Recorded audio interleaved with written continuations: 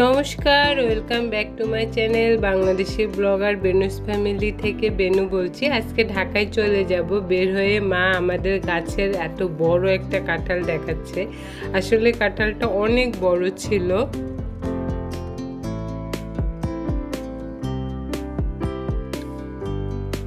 রিকশায় উঠে দোকানে চলে এসেছি। ঢাকা যাওয়ার আগে মামাম টুকিটাকি যা নেওয়া নিয়ে নিচ্ছে, সে তো যেতেই চায় না, তাকে জোর করে নেওয়া হচ্ছে। যাই হোক, আমরা এখন বাস স্টেশনে যাব। প্রচণ্ড গরম লাগছে, এজন্য আসলে একটু কম থেকেই ঢাকায় চলে এসেছি। গরম আর ভালো লাগছিল না।